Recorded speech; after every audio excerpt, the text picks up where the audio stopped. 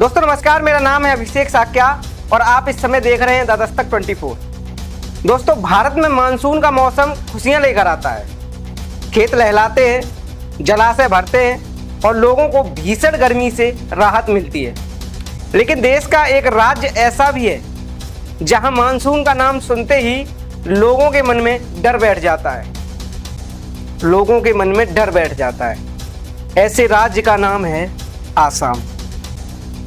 हर साल खबरें आती हैं, हजारों गांव जलमग्न, लाखों लोग प्रभावित, फसलें बर्बाद, सड़कें और पुल टूटे, स्कूल बंद और लोगों का जीवन पूरी तरह अस्त व्यस्त। लेकिन सबसे बड़ा सवाल यही है कि क्या असम की बाढ़ सिर्फ प्राकृतिक आपदा है या इसके पीछे हमारी नीतियां, पर्यावरण से छेड़छाड़ और कमजोर नदी प्रबंधन भी जिम्मेदार है। आइए इस पूरे विषय को थोड़ा विस्तार से समझते हैं। दोस्तों, असम की पहचान ब्रह्मपुत्र नदी से है। लगभग 2900 किलोमीटर लंबी यह नदी तिब्बत से निकलती है, अरुणाचल प्रदेश से होकर असम पहुंचती है और आगे बांग्लादेश की ओर बहती है।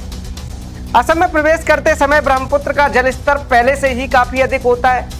मानसून में इससे अनेक सहायक नदियों का पानी भी मिल जाता है। जब इतनी विशाल मात्रा में पानी एक साथ बहता है तो नदी अपने किनारों से बाहर निकलने लगती है और बाढ़ जैसी स्थिति बन जाती है। स्थिति क्या बन जाती है? बाढ़ आ ही जाती है। वहीं असम के उत्तर में हिमालय है। मानसून के दौरान बहुत तेज बारिश होती है। पहाड़ी क्षेत्रों से पानी बेहद तेजी से नीचे उतरता है। साथ में मिट्टी, पत्थर और गाद भी बहकर नदियों में पहुंचते हैं। यही कारण है कि कुछ ही घंटों की बारिश में अचानक बाढ़ का रूप ले लेती है। इसी तरह हिमालय से आने वाली मिट्टी और चट्टानों के महीन कण बरसों से ब्रह्मपुत्र के तलहटी में जमा होते रहते हैं। इसे गाद या सिल्ट कहा जाता है। जब नदी का तल ऊपर उठ जाता है तो उसकी गहराई कम हो जाती है। ऐसे में पहले जितना पानी नदी में समा जाता था अब वह नहीं समा पाता है और नदी आसपास के क्षेत्रों में फैल जाती है। इन सबके इतर पहाड़ी क्षेत्रों में जंगलों की कटाई ने भी बाढ़ की समस्या को बढ़ाया है।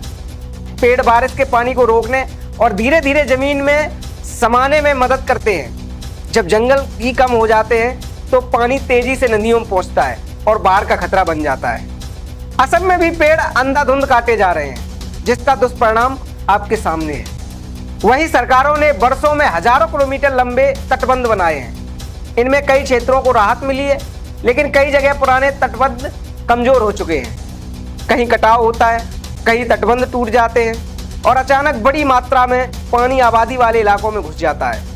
इसलिए केवल तटबंध बनाना ही पर्याप्त समाधान नहीं माना जाता है। आज पूरी दुनिया जलवायु परिवर्तन का सामना कर रही है। विशेषज्ञों का मानना है कि अब बारिश पहले की तुलना में अधिक और अनियमित हो गई है। कई बार पूरे महीने की बारिश कुछ ही दिनों में हो जाती है। इससे नदियों का जलस्तर तेजी से बढ़ता है और बाढ़ अधिक विनाशकारी बन जाती है। दोस्तों, बाढ़ केवल पानी भरने का नाम नहीं है। इससे किसानों की मेहनत बर्बाद हो जाती है। लाखों लोग राहत शिविरों में रहने को मजबूर हो जाते हैं। पीने की पानी की समस्या पैदा हो जाती है। जल जनित बीमारियां फैलने लगती हैं। सड़क, बिजली और संचार व्यवस्था प्रभावित हो जाती है। वहीं बच्चों की पढ़ाई भी रुक जाती है। पशुधन को भी भारी नुकसान होता है। असम के काजीरंगा राष्ट्रीय उद्यान जैसे क्षेत्रों में जंगली जानवरों को भी सुरक्षित स्थानों की ओर जाना पड़ता है। वहीं विशेषज्ञ मानते हैं कि असम में बाढ़ को पूरी तरह रोकना शायद संभव नहीं, क्योंकि ब्रह्मपुत्र जैसी विशाल नदी का स्वभाव ही बड़ा बाढ़ वाला है। लेकिन इसके नुकसान को काफी हद तक कम किया जा सकता है। अब अगर बाढ़ के समाधान की बात करें तो नदियों का वैज्ञानिक प्रबंधन करना होगा। गाद हटाने की दीर्घकालिक योजना शुरू करनी होगी। वहीं आधुनिक बाढ़ पूर्व चेतावनी प्रणाली को कायम करना होगा और इसी के साथ ही तटबंधों का समय समय पर निरीक्षण और मरम्मत जरूरी है। साथ ही पहाड़ी क्षेत्रों में बड़े पैमाने पर वृक्षारोपण किया जाए। बाढ़ संभावित क्षेत्रों में योजनाबद्ध निर्माण हो। राहत और पुनर्वास व्यवस्था को और मजबूत बनाना भी जरूरी है। सबसे हटकर जलवायु परिवर्तन के प्रभावों को ध्यान में रखकर दीर्घकालिक नीति बनाना जरूरी है। वैसे असम की बाढ़ केवल एक राज्य की समस्या नहीं है, यह पूरे देश के लिए एक बड़ी चुनौती है।